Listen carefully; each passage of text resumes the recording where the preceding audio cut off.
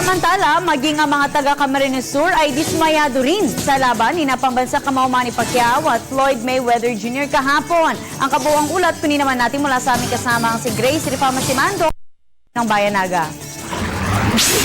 Maging dito sa Camarines Sur ay disganado ang halos karamihan sa mga nanood ng laban ni Pacquiao at Mayweather kahapon.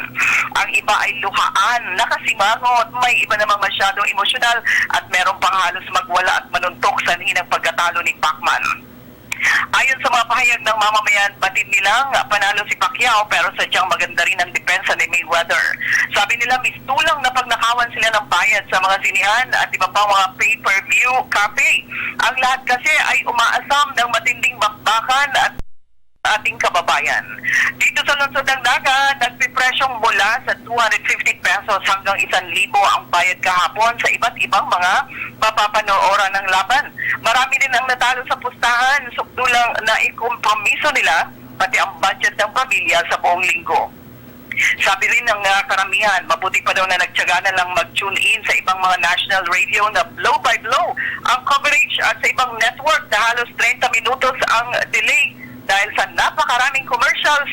Kaya sa nagbayad pa ng malaki, natalo naman ang ating pambato.